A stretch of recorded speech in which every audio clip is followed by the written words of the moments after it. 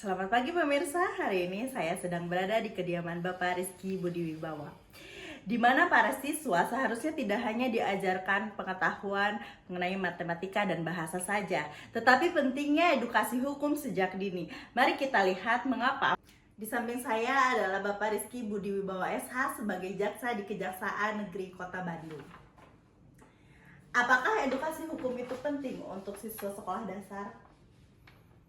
Edukasi hukum itu memang perlu diajarkan kepada anak-anak sedari dini, karena hukum itu tidak terlepas dari segala aspek kehidupan yang ada, mulai dari kita bangun tidur, berkomunikasi dengan individu yang lain, tentunya di situ muncul hukum. Oleh karena itu, anak-anak perlu mengetahui apa itu hukum sehingga nantinya berimplikasi kepada perilaku anak-anak sebagai penerus bangsa Indonesia, dan diharapkan setelah mengetahui hukum, anak-anak menjadi warga negara yang dapat bergaul di masyarakat, yang mematuhi aturan dan menjauhi hukuman. Mungkin seperti itu, Bu.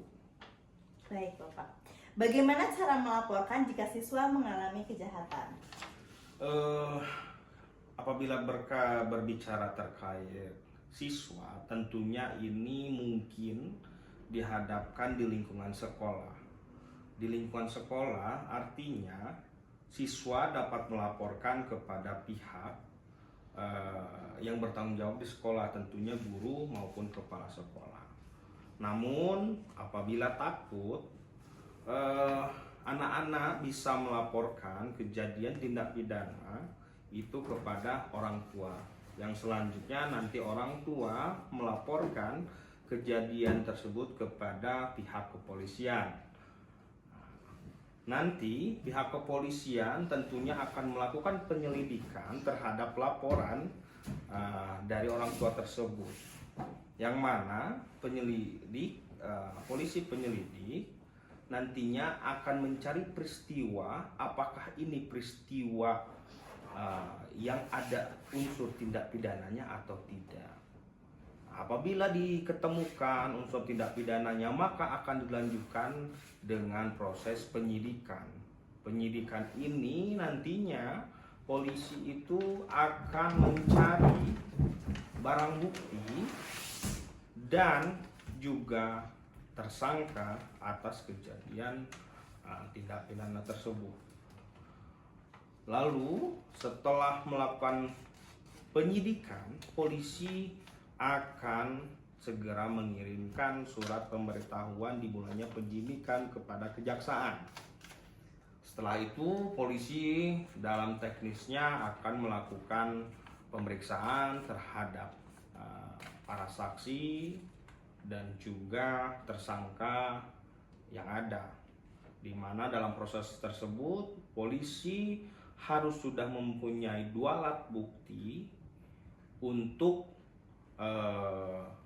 melengkapi berkas yang ada kepada kejaksaan. Nantinya jaksa itu menentukan sikap apakah ini patut untuk dilakukan penuntutan atau tidak. Apabila dirasa sudah memenuhi unsur-unsur yang disangkakan, maka jaksa sudah sepatutnya melanjutkan ini ke dalam proses penuntutan.